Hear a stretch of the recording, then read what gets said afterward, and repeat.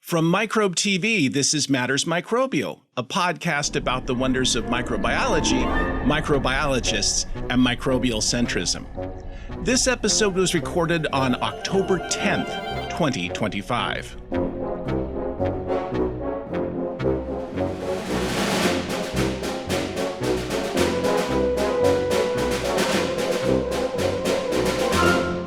Hello, Micronauts, and welcome to our Quality Quorum for today. I'm your host, Dr. Mark Martin, Associate Professor of Biology at the University of Puget Sound in Tacoma, Washington. Today is the 112th episode of Matters Microbial. Can you believe it? Many thanks to every listener, viewer, guest, and supporter. Really matters. My Bio 350 Micronauts were quite wonderful this week. I was very touched. I had made a joke in microbiology lecture urging students to keep me in the loop about an upcoming exam, which reminded me of the inoculating loops we often use in the lab. One of my Micronauts sent me this fun cartoon of yours truly inside an inoculating loop. Such talent and such humor. In lab this week, two Micronauts brought me tiny flowers in microcentrifuge tubes seen here. This is a reason I will miss teaching. They're awesome. From various samples, my Micronauts have assembled a number of marine bacteria that degrade the agar in the plates, leading to this wonderful pitting. Note the differences in size, morphology, and color. We already did colony PCR on them this week and hope to determine their microbial identities via 16S ribosomal RNA analysis soon. Remember, the students isolated these microbes from their seawater samples. In microbiology class, I had discussed with my Micronauts the impact of nutrition and bacterial colony size and morphology. But what about the individual cells? And how are they responding those changes? And does it relate to things like size and antibiotic resistance? So I'm delighted to introduce Dr. Petra Levin of Washington University in St. Louis to the podcast to discuss these topics: bacterial cell size, stresses, and antibiotic resistance. Welcome to the Quality Quorum today, Petra. I'm so used to seeing you on This Week in Microbiology when I'm TWIM adjacent, but I'm so happy to discuss your wonderful research team's efforts today. It's wonderful to be here, and I'm looking forward to discussing some of our fun projects. Well, I've been a long-term admirer, and I can't tell you the number of seminars I was in the back of the room that you've given over the years, just so you know. But I think a good way to start for listeners and viewers is, and as always, I will put links in the show notes to your research lab website. And you also have some nice videos that I found as well, and I'll put links to them as well so folks can enjoy your approach to microbiology. And I'm never sure where the term thumbnail sketch comes from, but could you give a thumbnail sketch of your research team's goals? I think the thumbnail sketch that is best understood by everybody is that we're really interested in how the environment, either in the host or in the actual outside the host kind of environment, impacts how bacteria grow, their physiology and metabolism, and most importantly, their cell envelope, because their cell envelope is the interface between the inside of the cell and the environment. And they, as single-celled organisms, are basically bathed in wherever they are, whatever the milieu is, they're bathed in it. And so all the proteins and molecules on the outside of the cell have to work under those conditions. And that's a huge adaptation for them. And that's one of our big interests. That has implications for not only how they grow, but also for antibiotic resistance, because antibiotics, especially the beta-lactam group, which targets the cell wall, those enzymes that are targeted by beta-lactams are basically on the outside. And so the beta-lactam antibiotics and their targets are all impacted by the environment. I think this is a really interesting thing to think about, because in class and lab, I often demo and have students look at that particular set of antibiotics and how they work and make guesses about things. And though we won't get into it immediately, I have so many questions for you about the periplasm for reasons you surely know if you know my interests. The periplasm is a mysterious and exciting place. Did you know that when I met Terry Beveridge many years ago, and I referred to that region of a gram-negative cell, I'm sorry, a diderm, we're supposed to say nowadays, and I told him, I called it the periplasmic space, that region between the inner and the outer membrane, and I'm not making this up, he slapped my hand. And Terry was this wonderful microbial ultrastructural visionary. And he said to me, it's not a space. It has a gel-like consistency. It's filled with solutes and proteins and enzymes. And 100% true. So it really is something that I push on my students to think about, because there are still textbooks that call it the periplasmic space. It's true. Although we just wrote a grant application in periplasmic space, even if we decided to use it, takes up more space than writing periplasm. So we just always use periplasm for that reason too, which is silly, but that's how things work out sometimes. No, this is what I try and explain to students about, when you have microbiology as a career, when you apply for grants, there are word counts and margins and all the stuff that we all hated as students. We have to do it more. And it's 100% true. So would you mind telling listeners and viewers about the model organisms that you use in your studies? So initially, I worked only on Bacillus subtilis, which is a gram-positive bacterium. And it was my first love. I actually sort of randomly also worked on it a little bit as an undergraduate.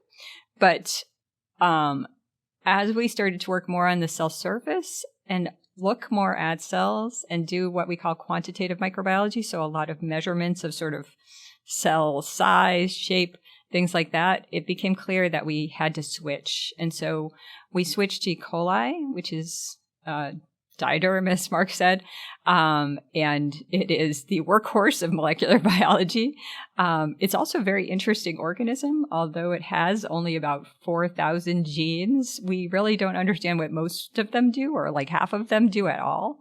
And again, even though maybe there are 4,000 labs studying it, as one of my friends once said, it's amazing how little we understand about this organism. And then more recently, we've started working in Klebsiella, which is a member of this group that E. coli is in, called the Enterobacteriaceae. And that group also has Salmonella, Shigella, some other organisms in it. And we started working on it because as we started to think about antibiotics and antibiotic resistance in the beta-lactams, we wanted to work on a pathogen that gets treated with these drugs in addition to the pathogenic E. coli. And so we started working on Klebsiella and trying to use Klebsiella also as a model. And these have a big advantage for quantitative microbiology in that Bacillus grows in these long chains that's stuck together. It's very hard to know where one cell ends, even with fluorescence microscopy, and the next cell begins. But E. coli and Klebsiella grow essentially as soon as they divide, they separate. So they're much easier to understand as individuals in the microscope. So what I want listeners and viewers to appreciate is that picking a model system is important. And we have to always start somewhere. And I run into people all the time that tell me things like, E. coli is simple. And you just hit the nail on the head, metaphorically speaking, because we don't know the functions of many of the genes, and they're active in E. coli, even with the quote artificial bacterium, the version of mycoplasma that the Ventnor Institute made. There are still some genes there where no one knows the function, but they're necessary for the organism to survive. So one has to pick a system that you can easily manipulate. And one thing that you said to me when we were discussing that really struck me, and I want people to really appreciate it, it's one thing to look on plates, but it's another thing to actually look. And do you know who told me how important it was to look many, many years ago? Was Barbara McClintock. I was going to guess Elio Schechter, but Barbara McClintock also works. But the whole thing is that Barbara McClintock was looking at variation in, the transposable elements in corn. And they make these funny patterns. And what she said to me, and she was in her 90s when she said this to me when I was in graduate school, she said, you really have to look. You have to think about it. And I know as a microbiologist who's not particularly good at visualizing microbes because my eyes are bad, I miss so much this way. And so what I appreciated about what you told me is actually looking at the organism tells you. And I know you have a couple of stories about that we'll get to later. And I'm really excited for you to talk about those things when we're ready. Yeah, I think, and we'll get to those stories. But I think one of the kind of, when I taught for a long time microbiology to the sort of foundational microbiology class to our undergrads. And, when you first teach microbiology, the first day you tell them microbes are named because they're microscopic. You can't see them like you can see other organisms. I mean, this gets into all things like giant bacteria that you can see with your eye. But basically, microbe means just you can't see it with the naked eye. You need to use a microscope. But what's amazing to me and I think it's only become more and more kind of clear is that microbiologists generally, like if you go to a micro department, even at our medical school, they don't have microscopes. They might have a microscopy core they use occasionally, but most of the microbiologists studying bacterial physiology and genetics and pathogenesis, they don't use microscopes. They don't look at their cells. And, partly because they're studying transcription or translation or secretion of toxins or interaction with the immune system in a mouse system. But so for the most part, they don't need to. We tend to study microbes in populations, so like 10 to the 7 cells at once. And we're looking for the behavior of an idealized average cell. So we assume that all microbes, like if we learn about the lac operon, which turns on under a certain condition when the cells don't have glucose and they're given lactose, that all the bacteria in that population that we're looking at do the same thing all at the same time. And that is not true at all. Every microbe, some will go high, will turn on the lac operon, some won't turn it on at all, some will turn it on a little bit, some will turn it on an hour later. There's just a lot of variation. But if you're averaging 10 to the 7th cells or 10 to the 8th cells, you're going to just come up with the idealized average. So when the way we understand regulation in bacteria, transcriptional regulation, everything is based on idealized average. But about 15, 20 years ago, people started looking not only at individual cells fixed, like when they're sort of made in a microscope slide and they're basically dead and we're looking at them, but looking at them grow and divide. This is sort of something I think was really pioneered by people using what's called a mother machine. Sukshu Jun's group at UCSD is one of the big pioneers of using this system where you can track individual cells. You can see all this variation and stochasticity. And so the question goes from this is what happens as we understand it in a textbook to why is there this variation and what drives this variation? But also when you look at cells, cells are much smaller when we grow them in minimal medium than they are when we grow them in nutrient-rich medium. And you wouldn't know that if you're just following mass doubling time by optical density. But when you look at them, it's so obvious those cells are different. And I think you have a slide, some images that demonstrate that. And it really gave me a lot of thought because I'm a big fan of Rich Lenski's work with the LTEE program. And those are passaged for so many years in an M9 medium, right? And it makes me wonder how much is, I say that the hand of Darwin is on all that lives. And so you're doing selections even when you don't intend to. And I was really struck by that image that you shared of the size of a bacterium in rich media, LB, and poor media, M9, because it's very striking. And as you say, most people don't look. And that's what Barbara McClintock said. Remember, the title of her biography is A Feeling for the Organism. Yes, exactly. And that's all about getting an idea of what is normal. And you can't do that if you're not looking. Right. And so I think what's really important to understand is there are two different kinds of ways and reasons things look different. One is sort of Barbara McClintock or Rich Lenski's kind of argument that there's a lot of genetic variation, so that the DNA sequence is different in important ways that impact phenotype. So genotype impacts phenotype.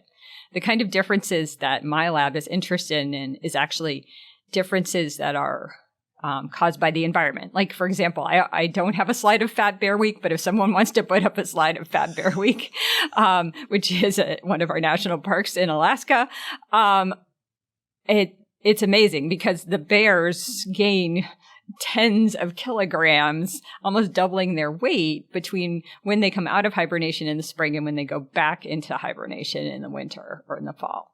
And that's the same bear. The bear hasn't had any genetic changes. It's just eaten a ton of salmon. And other fish, I guess. But the point is with the bacteria is that when they're growing in minimal medium, and this is slide 9 in the deck I gave you, Mark, that they when they're growing in minimal media, sort of M9, actually under the conditions of the LTEE, Rich Linsky's long-term evolution experiment, they're short and they're very thin.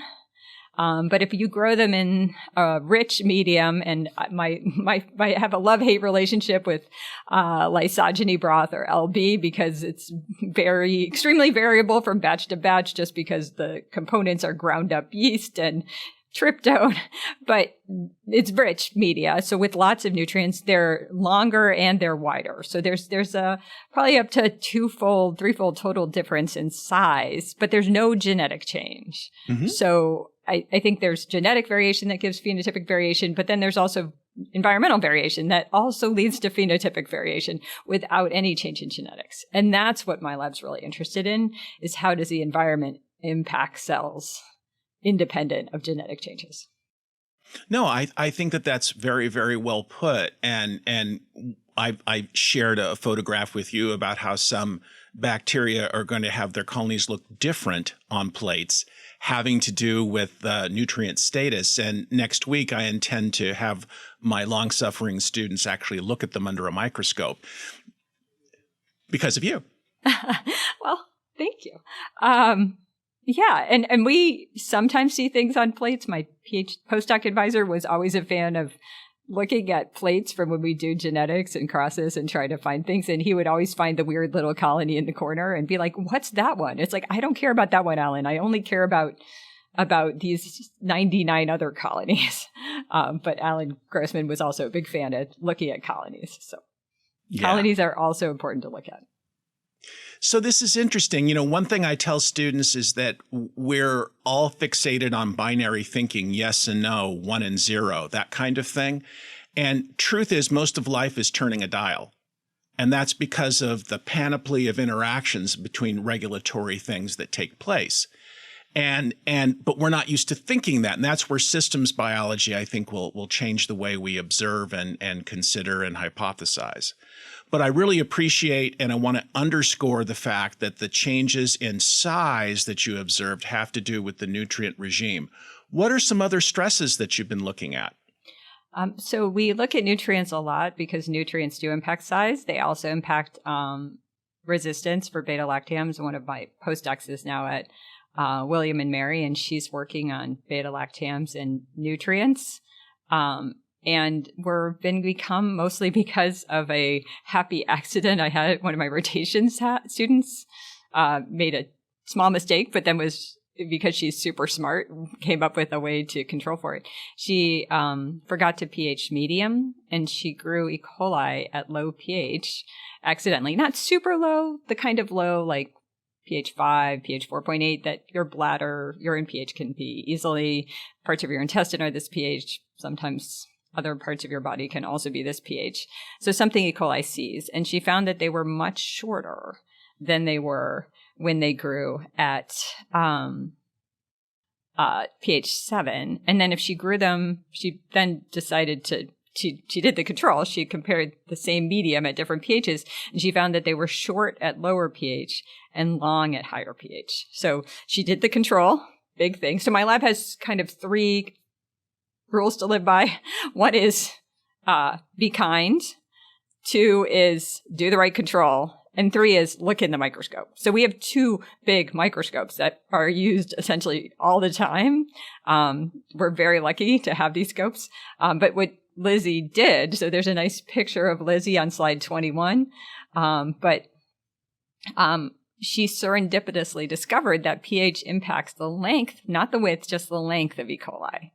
And so there's a cute picture, actually, using bacteria drawn by a former postdoc, Stephen Vidya, to kind of show the cartoon of this. That would be slide 22. And Lizzie, and then the data for the cartoon is slide 24. But she found that if she just looked at length, it increases almost linearly with pH value, which is just amazing to see. But the width is flat. So in nutrients impact both width and length, but pH only impacted length. And because length is a function of kind of how efficiently bacteria assemble their division machinery, we immediately thought this must be division. And so the slide is 25. There's a picture of the division machinery in bacteria. This is E. coli's. Not all the proteins are conserved, but their functions are all conserved. One of them is called FTSZ. That one is conserved all the way through the bacteria, all the way through the archaea, and even plant chloroplasts use FTSZ for division. So it's very well conserved. In any case, this picture on slide 25, we've drawn the cytoplasm, the plasma membrane, and then this space that's in gram-negatives or diderms, as Mark mentioned, between the inner and outer membrane that we call the periplasm, which is a gel-like space. It's full of a ton of proteins. The secretion machinery is all there. The cell wall synthesis machinery is all there. And half of the cell division machinery, because when the cell divides, it has to build a cross wall. The division, all the machinery for making peptidic glycan, so the molecule that is the cell wall for bacteria, but you also need for cross-wall synthesis, is in the periplasm, the things that build the actual cross-wall. And so in the division machinery, you have proteins that are in the periplasm. And so we, just looking at this, Lizzie kind of was like, it must be the periplasmic proteins. And in this slide 25, there's pictures of what's in the periplasm, because the periplasm is open to the environment in the sense that if you make the pH 4.8 in the environment, the pH of the periplasm will also be 4.8. And I want to point out that we know this for a couple different reasons, but one of the kind of reasons we know this is because Joan Slonczewski at Kenyon College, a PUI, a primarily undergraduate institution, they had their undergrads essentially test this using fluorescent molecules. And so I just love that undergrads did this. But the periplasm is essentially continuous in terms of small solutes, like things that change pH, with the outside environment. Okay, so sorry, long thing about the periplasm. But, yep. I was going to say, now I have a long-standing interest in a predatory bacterium called Delavibrio, and Delavibrio grows within the periplasm of prey cells. And I've often wondered, because it does alter the outer membrane to prevent other Delavibrios mostly from also attacking. I always knew it was leaky because you could see things leaking from the periplasm. But now I wonder whether the Deloplast, that is to say, bacteria that have been, for lack of a better term, parasitized, if they have a different response to what goes in and goes out of the periplasm. I don't know. That's an interesting question. I think it would take a lot for Delo to really modify the outer membrane to the extent where it could prevent small solutes changing. Okay. Easy to test, though, right? Easy to test, because I don't think Delo can even change their periplasm to do that, because Delo are also diderms. So that would be really interesting. Yeah, I don't know the answer to that question. But yeah, and so Lizzie, because of this, thought it was probably a change in recruitment of the division machinery, and that it was probably not the cytoplasm, which is buffered. And, you can, if you drop pH, the pH of the cytoplasm drops for a little bit and then comes back up to neutral, because the cells really, really, really need those enzymes to work at pH 7, because proteins really are picky about pH. But the periplasm stays in equilibrium with the medium. So Lizzie then examined, she put fluorescent tags on every protein that we could in the periplasm that was part of the cell division machinery, and she looked for ones that might be recruited better at low pH, because the cells need to assemble the division machinery, and how long it takes them to assemble or how efficiently they recruit them dictates cell size. There are division mutants that really assemble better than wild type cells, and those cells are always shorter. So what she found was that there's one protein called FTSN. This is the last protein recruited. This is slide 26. And when FTSN is recruited, it actually activates the division machinery. It actually activates it by inhibiting an inhibitor. But in any case, it's called the trigger for division. And FTSN is not conserved in all bacteria, so it's unclear, for example, how Bacillus subtilis, which doesn't have an FTSN equivalent, does this. But in E. coli, FTSN is the last thing, and it's the trigger. So when Lizzie looked, she just counted the number of cells in the microscope that had a GFP FTSN at mid-cell. She saw that it was much higher at low pH. So FTSN was being recruited better at low pH than it was at high pH. And then my favorite part of this is actually on this slide because she plotted the number on one axis. She plotted the fraction of cells with FTSN at the division ring. And on the other axis, on the same axis, but on the other side, on the right-hand side, she plotted cell length, and they cross. And that is amazing to me. So the correlation is so good that FTSN recruitment correlates with the better it's recruited, the shorter cells are.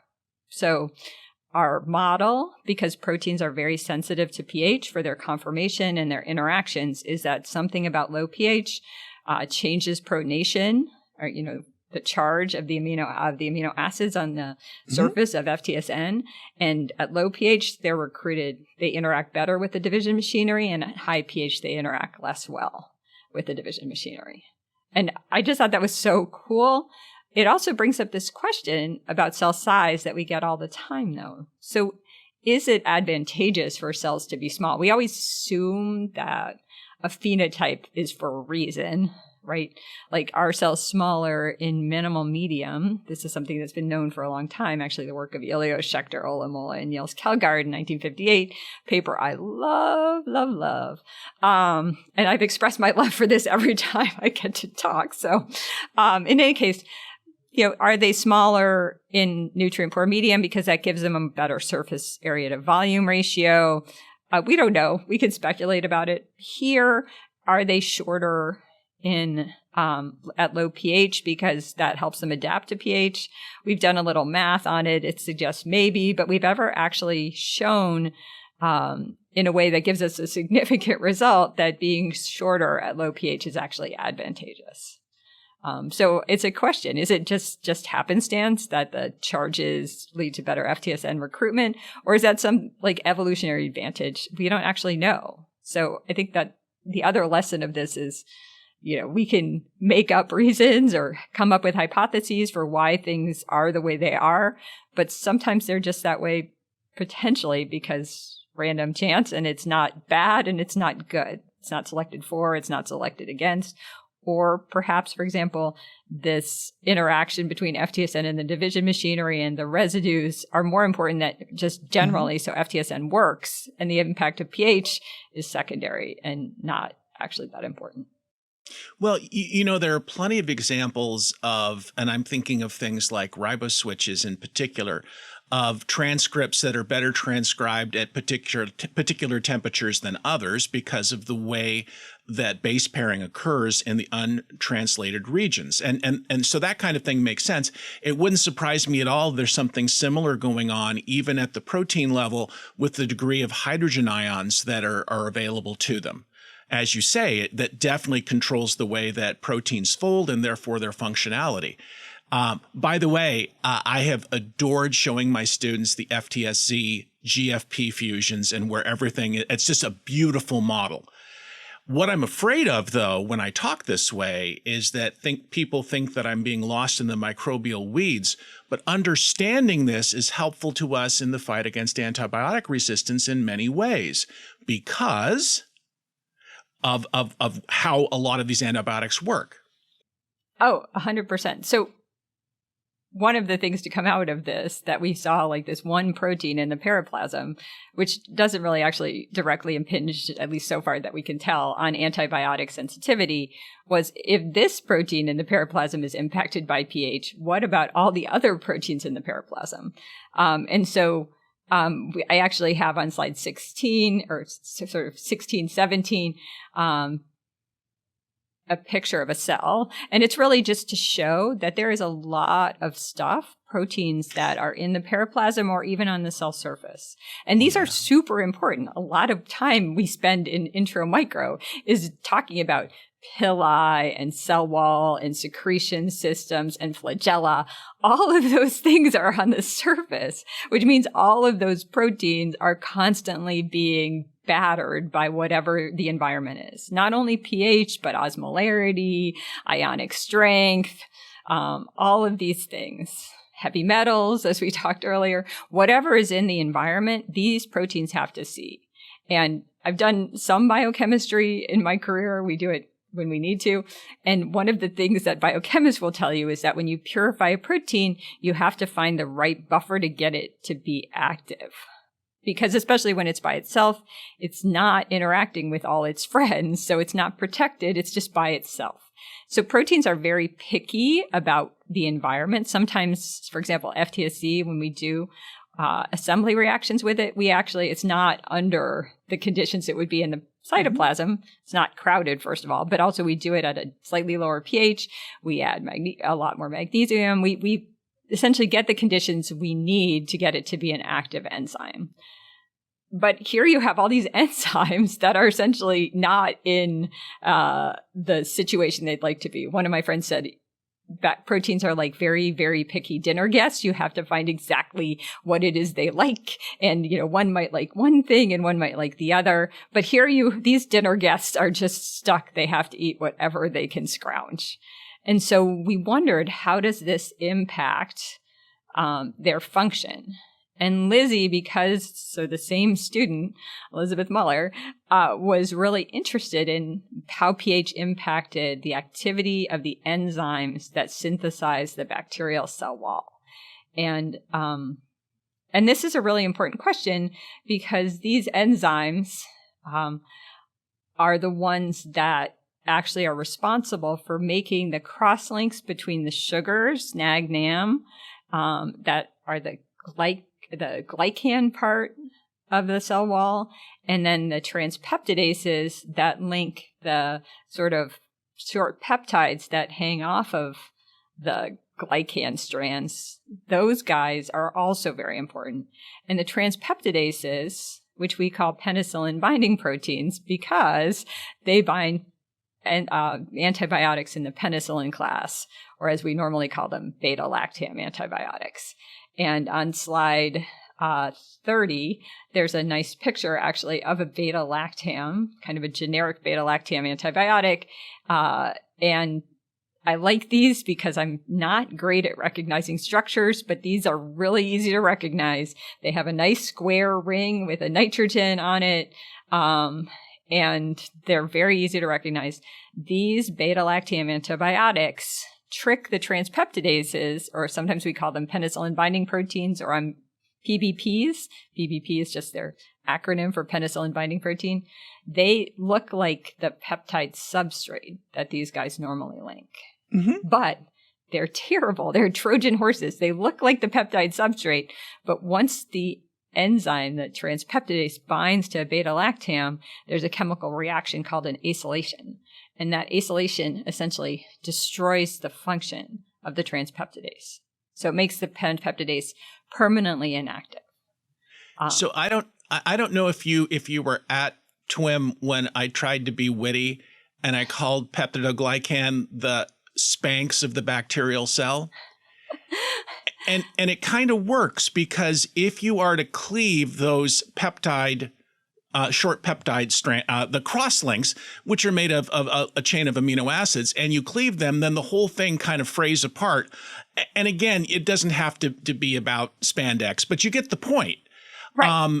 And it's really evocative and it really holds it together. Also, the idea of how much life is a handshake. I have a made-up word, stericity, which means the molecular shape of something refers to its functionality. So in this case, you have something that looks like the actual substrate, but isn't. Exactly. And that's what's going on there. Yeah, no, a lot of drugs actually kind of do this, but beta-lactams are the one that does it to the transpeptidases. I think the way to think about this is that the beta-lactams aren't clipping anything. They're just preventing those from being made. So it's like Spanx, but you haven't sewed together the links. Exactly. So you're messing with the manufacturing process. You're messing with the manufacturing process. It's actually a little unclear why beta-lactams kill so efficiently. And it seems like some beta-lactams kill cells very quickly in our hands, and some, the cells actually seem to, ones that inhibit division, the cells get really, really long, but are still alive for a very long time. So I think the jury is still out on what beta-lactams do to kill the cells and how they kill them. But in any case, the way that they all work, and these are beta-lactams I'm sure many of you are familiar with, are amoxicillin, cephalexin. In the old days, we used to take ampicillin. Now we just use it in lab because bacteria are so resistant to it. And then my favorite is augmentin, which is one they often give kids that has I think it's amoxicillin and then something called clavulanic acid, which is essentially just the beta-lactam ring part. And it is supposed to essentially trick the beta-lactamase. So bacteria make this enzyme called beta-lactamases that cleave that beta-lactam ring. So it's this kind of constant warfare. And the clavulanic acid basically is to trick them and sort of get them into those enzymes that would kill the antibiotic. Instead, it spends all its time taking this clavulanic acid and breaking it down to no use so that the antibiotic can do its job. It's a double agent. A double agent, exactly. But anyway, so we were really interested in these enzymes. And a really weird thing about most bacteria is that these transpeptidases, you would think bacteria would have one transpeptidase or maybe two transpeptidases, one for certain situations and one for another. But it turns out that there is a ton of functional redundancy in all the enzymes, not only the transpeptidases, but all the enzymes that are important for building that cell wall. In the periplasm side, there's a 4-to-1 ratio of enzymes to reactions, which is insane. On the cytoplasmic side, to make the little precursor for cell wall, it's basically 1-to-1. So that already tells you there's all this what we call functional redundancy. And in the lab at pH 7, you can knock out a lot of these enzymes and we see nothing. But if we drop the pH to something, mildly acidic, then the cells are really unhappy. So it's clear that they have these enzymes there. And what those enzymes are doing are some are really good at working at pH 7, some are really good at pH 4.8, and wherever the cell finds itself, especially E. coli or even Klebsiella, as it moves through your body out into the environment, it has an enzyme to do this job because this job is essential. And it cannot control the environment. One E. coli cell cannot change the pH of its environment. Therefore, the E. coli cell has to essentially be able to pull an enzyme it needs when the pH changes. This reminds me of respiratory chains in E. coli because depending on the oxygen levels, right? Exactly. There's one set for high oxygen, one for low, and one for no. Mm-hmm. Exactly. It's like because they can't control it and they need to use it. So this is the same idea, only there's no fermentation option. So it's even more important because they can't just say, okay, I give up, I'm going to ferment. They have to make cell wall to grow, and this is how they do it. But what's important Fascinating. It's really cool. And not only coli, but other bacteria also. Bacillus has so many, it's hard to keep track of. In any case, so what happens is they might say, I'm going to use this transpeptidase at pH 7, and then if pH drops to 4.8, this one becomes much less active, and this other one kind of fills in for it. And so that has really important consequences for antibiotic sensitivity because antibiotics, the beta-lactams, some of them fit into some transpeptidase binding pockets and some fit into other transpeptidase binding pockets. So it could be that the enzyme that's active at pH 7 binds to cephalexin really well, but at pH 4.8, cephalexin, which inhibits actually a transpeptidase called PBP3, which builds the cell division machinery, at pH 4.8, it doesn't bind so well. And so what we find is that we need 64 times more cephalexin to kill E. coli at pH 4.8 than we do at pH 6.8. So, and this could be relevant to medicine because depending on where E. coli, that's where you're going. Excuse me. Yeah, no, 100%. I mean, E. coli causes the majority of bladder infections are caused by E. coli. Bladder pH ranges from 4 to 8. Cephalexin's a pretty common drug to use for bladder infections. I mean, you can change your urine pH by what you eat to some extent. So the drug may not work very well because your bladder pH is wrong.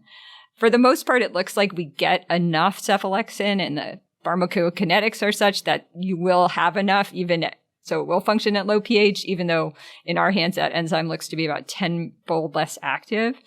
But it's something to consider. And so that's kind of what we've seen is that the bacteria can shift what we call the ensemble. So there's a big machine for making peptidoglycan, and it can take out one cog that's supposed to work at pH 7 and put in the one at 4.8 when it finds itself at low pH. You know, for listeners and viewers, when you hear the names of things and your head may be swirling with it, I urge you to talk to your automobile mechanic. Because they also have a language which is very complex and very specific, and it's for the same reason, because you need to be able to refer to different aspects of what it is you're studying. It could be how to fix an engine, or it could be how to put together peptidoglycan. And that's how really science is not foreign to any of us. No, and I always tell my undergrads when I teach micro or ones who are starting, my advisees who are taking the intro sequence, I want them to understand that there is a lot of memorization in those classes, but they should think about it not like it's just boring memorization of a whole bunch of facts, but they should think about it like they would think about taking an introductory language class. Because when you take Spanish, nobody complains there's a lot of memorization, or French or whatever, right? You just have to know these things. Well, and they still complain, but yeah, it's okay. But you have to know these things in order to speak the language. If you become a car mechanic or a surgeon or whatever, you just have to know the names for the things. And there's no reason to know them unless you're studying that topic. But so, and I'm not being crude to students at all when I say this, and I'm not being dismissive. But when they say things like I could look it up, and I usually say, well, I hope that's not what my physician does during surgery.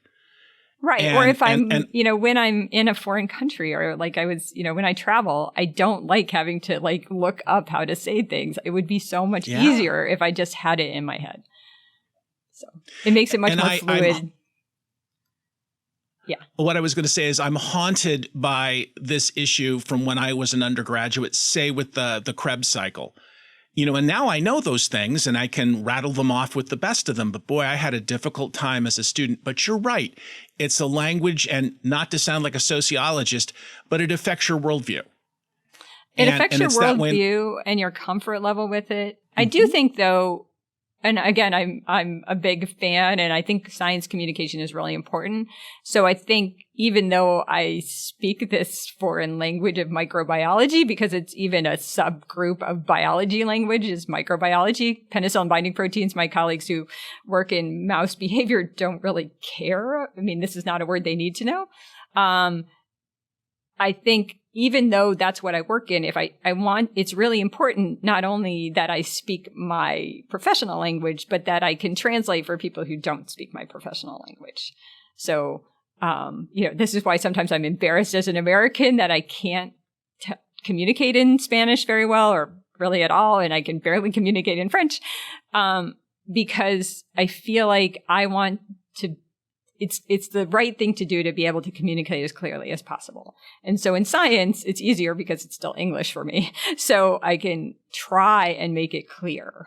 So, yeah. And again, that's, I think, the objective of good science communication is to take something complicated and make it, not dumb it down, but make it into plain language. And that, I think scientists, we really need to do that, especially now when there's a lot of extraneous information that doesn't actually fit our understanding of how, even chemistry works. And so I think it's really on us. And you know, it is on us. We are not the victims here. We are the people who need to translate because we are the people who understand the language. I agree wholeheartedly. And I wanted to say something, Petra, I don't know if you read or read science fiction, but there was an author named Isaac Asimov, and he was a science popularizer as well as a science fiction author and a biochemist by training. And he said something really interesting many years ago. And he's trying to be flippant. You'll know the reference, I'm sure. He says, discovery doesn't occur when a damp Greek emerges from the bathtub shouting Eureka. It happens when someone looks at something and says, you know, that's weird. And it's 100% true. And it brings us back to the idea of observation. We can have the fanciest machine in the world, but the best machine is the one between our ears. And I hope that quote will come up because I think it's important for people to remember that. But I know I've been watching our time a little bit, and you have a fascinating story about Klebsiella that I think we have time for. Yes, we have time for Klebsiella. If you wish. So in E. coli, we found, sorry, I just need to open my slide deck here. So in E. coli, we found that we see a very high resistance to different beta-lactams at low pH. And that there's a heat map. I'm not a huge fan of the heat map on slide 33, but actually what I think is even easier to understand is on slide 32, there's a drug called mesalenum, which targets what we call the elongosome. And we can show at pH 7, when you inhibit the elongosome, the cells become super round because they can't grow as a rod shape. That group of proteins makes the cells rod shape. But at low pH, the cells don't lose their rod shape until they're 4 times or 5 times higher in concentration, and they still grow at concentrations that we would normally inhibit the growth at pH 7. So we get growth at concentrations of drug that would not allow bacteria to grow at a neutral pH. So we did this in E. coli, and we were really wondering whether it's just a weird E. coli thing or if it's true of other bacteria. And we wanted to do it in Pseudomonas, but Pseudomonas did not like the low pH, which was kind of disappointing.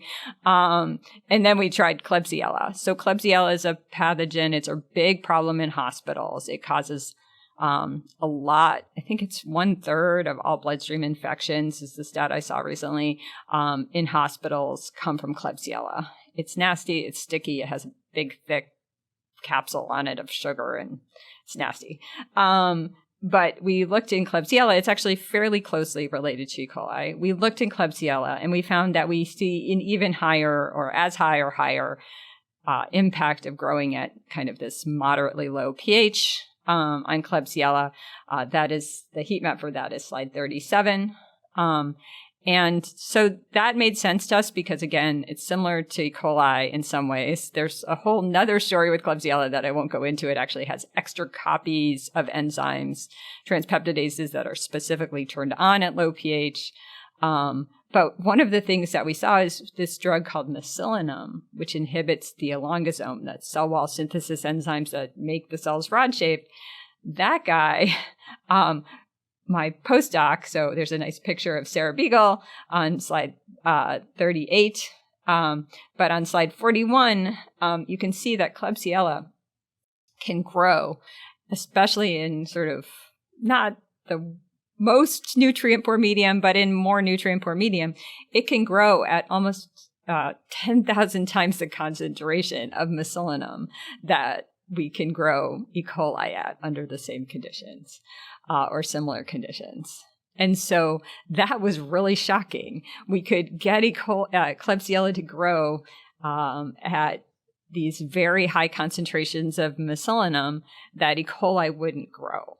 And we thought, well, maybe it's making something that specifically degrades mesalenum, but not other beta-lactams, which is, we couldn't find anything that looked like that in its genome. But then... Sarah, in addition to being kind and doing proper controls, to follow the third rule in my lab, which is always look in the microscope. And what she saw, and this is on slide 44, and there's a really nice animation with that slide, is that when you grow Klebsiella in these conditions, it rounds up as we expect because Mesolinum targets this elongosome. But then instead of dying or stopping growing as we would expect E. coli to do, it keeps growing and it gets to be huge, about 10 times larger than wild-type Klebsiella, and it develops these giant vacuoles, these huge things that look in this video as if they are phase bright, because we're using this phase contrast density kind of microscopy. But when we look in the electron micrographs, and this is from Wandi Beatty, did these beautiful micrographs for us, these beautiful images in our micro department on the med campus.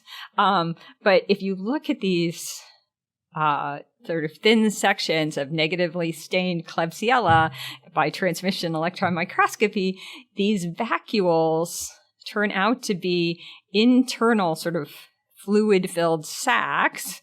And if you look closely at these micrographs in slide 45, you can see that there's a cell wall and cell membrane kind of around them. It turns out that they are derived, and data that I don't have in the slide deck, that these vacuoles are derived from the periplasm. And it's really amazing. And actually, now that we see them here, we've seen vacuoles in other situations where we perturb cell wall synthesis.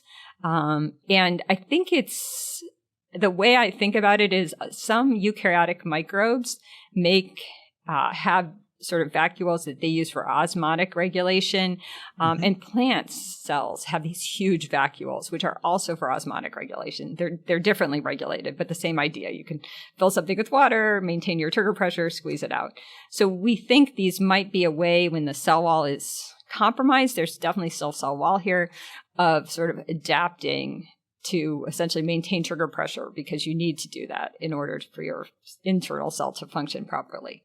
But it was totally unexpected. And if we hadn't looked, we would have just thought, by optical density, they just look like a culture you've grown to stationary phase. But instead, they have this huge morphological change, which was fun and exciting and scary, because Mesolinum is a drug, imidacillin, that we use for treating urinary tract infections, bladder infections. So I'll put a link to what are called the escape pathogens, and the K in escape stands for Klebsiella. And I think that'll be useful for people to look at. I think this is a wonderful example, and I'm not going to call it serendipity, because I don't think it is. It's actually, as you say, looking. We need a fancy term for this, right?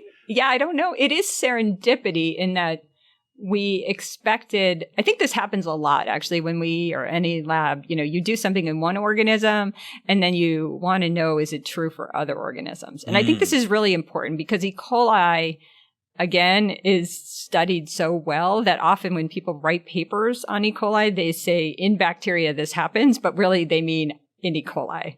And I used to work on Bacillus, and Bacillus is a gram-positive, I think it's Bacilliota now is the name of that group. It used to be called Firmicutes. And E. coli is part of the gamma proteos, which now have a Pseudomonadota or something.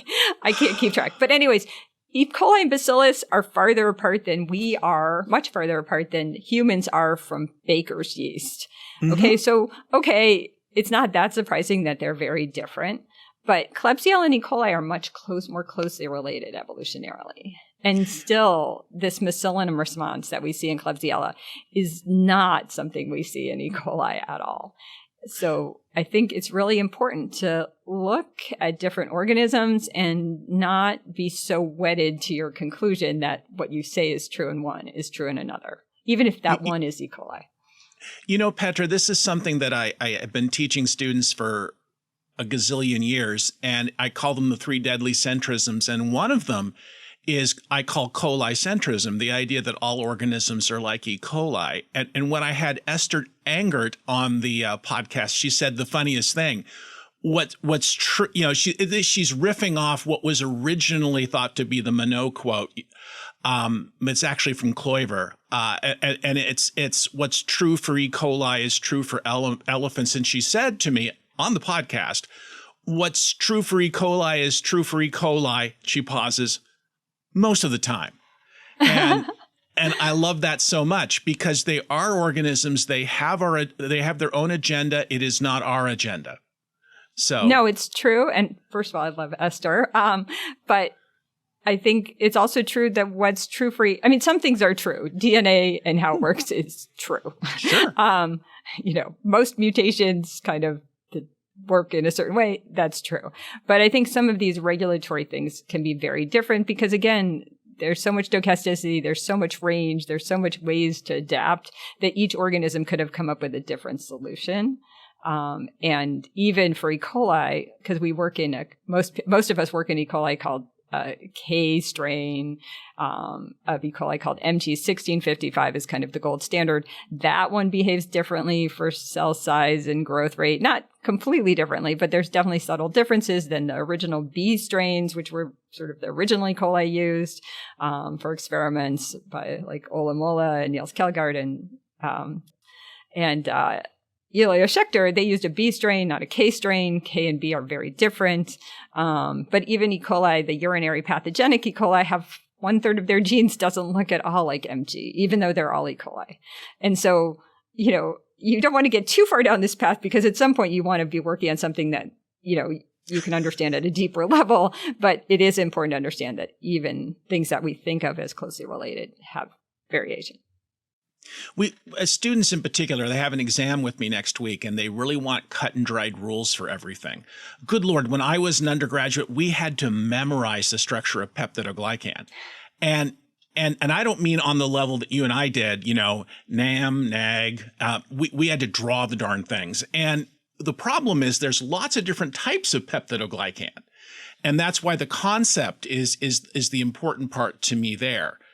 But students really want to impose a lot of order to this. And, I have a saying, first evolved, last extinct. Those are our microbial friends. And it's not a surprise that they're incredibly diverse. And I call them endlessly protean because they are. Yeah. And because they've been here all the time. I think that's it. And also they're single-celled organisms. And single-celled organisms, we're multicellular organisms. We have the advantage of being kind of in this meat suit, I guess. And that's very protective. and they don't have that. They're forced to adapt every day, all the time. Well, that's the joke that I make with students. Like, if you think about your gut microbiota, what are they seeing at breakfast, after breakfast, lunch, etc.? And it's changing constantly, and that's very different than the sea in which we swim. I think so. And even they are semi-protected. So poor E. coli, when it goes out into the environment, it's really under stress. Petra, based on what you've been telling us today, is there any work being done on trying to make antibiotic use more finely tuned to these issues of pH or even temperature? So I don't have a good example for beta-lactams, other than we are thinking about ways to identify beta-lactams that are active under different environmental conditions. I think mostly when people do screens for antibiotics, they do them under very standard conditions, which is nutrient-rich, pH 7, because bacteria grow best, and and the better they grow, the more sensitive they are to the drugs. The one that I do know that they've looked at pH, so the fluoroquinolone, so ciprofloxacin is a drug most of us have had at some point if we've taken an antibiotic. It's a fluoroquinolone at low pH, even the pH values sort of I've been suggesting, which are, physiologically relevant for the human host. Fluoroquinolones do not get into cells very well. And so there are new classes of fluoroquinolones, or new sort of versions of fluoroquinolones, this group of antibiotics that do get into the cell at low pH. And those drugs are going to be, I think, really important. Again, that's a different class of drugs. It targets the DNA replication machinery, not the cell wall. It's in the cytoplasm, but it does have to, pass through the outer membrane, periplasm, and inner membrane. Temperature is not one that people really look at that much because mostly when we're developing antibiotics, they're for mammals or at least humans. And so the temperature range is pretty narrow there. I have wondered about cold-blooded animals, whether they care so much about temperature, because I know I've seen them at my vet's. Somebody brought in a lizard. And I sort of wondered, I wonder about temperature. But mostly, I think that's not been an issue. So with all of this, do you have any thoughts about what we're all currently told by our physicians about how and when we use antibiotics? So I don't know in terms of what our physicians are prescribing, how much difference it makes in the general sense. I think it would be useful at some point to have more personalized medicine for antibiotics so that not only do we know if, you're using a carbapenem like imipenem against an organism to make sure it doesn't have a carbapenemase encoded in it, or perhaps to look at pH, like urine pH, before you prescribe something like Cipro. I do think also, though, this kind of resistance is what I've been referring to as intrinsic resistance, in that cells come with it. It's not on a drug resistance cassette. It's just built into their need to adapt to different environments. But again, in terms of how long you take an antibiotic, for example, that, this is a 7-day course, this is an 8-day course. My understanding of that is the rationale behind that is because antibiotics, and there's a whole beautiful literature on persister cells and tolerance. And actually, Natalie Balaban has done some really beautiful kind of systems level work on that. When you kill bacteria or when you treat bacteria with antibiotics, there's always some of them that survive. And so when you take antibiotics, you're relying on killing most of them, because the thing that actually protects you against bacteria is not antibiotics, it's your immune system. And your immune system targets them and kills them in all sorts of fabulous ways. But your immune system can miss some guys, and your immune system can become easily overwhelmed by a lot of bacteria. So with the drugs, your idea is to take down the numbers of bacteria so your immune system can kill the rest. And the problem is because some of them are just not going to be growing very well, and those are not as sensitive to antibiotics. The problem is also if you don't take your full course of antibiotics, the concern is that there'll be a lot of them hanging around, and the ones that you haven't killed that might escape your immune system are ones that are not only not growing, but ones that might just randomly have picked up a piece of DNA that gives them resistance. So you want to be able to keep the numbers down to let your immune system kill off everybody else. And if you don't take your full course of antibiotics, you might end up with more bacteria and a higher probability of some of those being resistant. Now, Petra, I'm watching our time, and I wanted to say it has been wonderful having you on this podcast. I've learned a ton. Don't tell anyone, but that's the major reason I want to do this podcast, is to talk to microbiologists like you. But I also think that what you've discussed today is really amenable to almost everyone. And I love your 3 rules. Would you repeat them again? Be kind, do the right controls, and look in the microscope. Yes. I would add, Bill Metcalf always had one. He told me, he says, your phenotypic assay is for you, not them, which I thought was. I enjoyed that too. That's a good one for Bill. It's true. Well, in any event, I have so adored this opportunity, and I think you've given lessons and food for thought, microbes for thought, for both experienced and inexperienced micronauts, or novice micronauts. And I want to thank you for your time and wish you and your laboratory and your family the very best. Thank you so much. It's been really an honor to be on the show. Thank you. Thanks again. This has been Matters Microbial, a weekly podcast about the wonders of our microbial world and the people who study it. You can send questions, suggestions, or comments to me at mattersmicrobial@gmail.com. Show notes from today's episode, as always, with truly epic links, can be found at microbe.tv/mm. If you like our work, please consider supporting us at microbe.tv/contribute.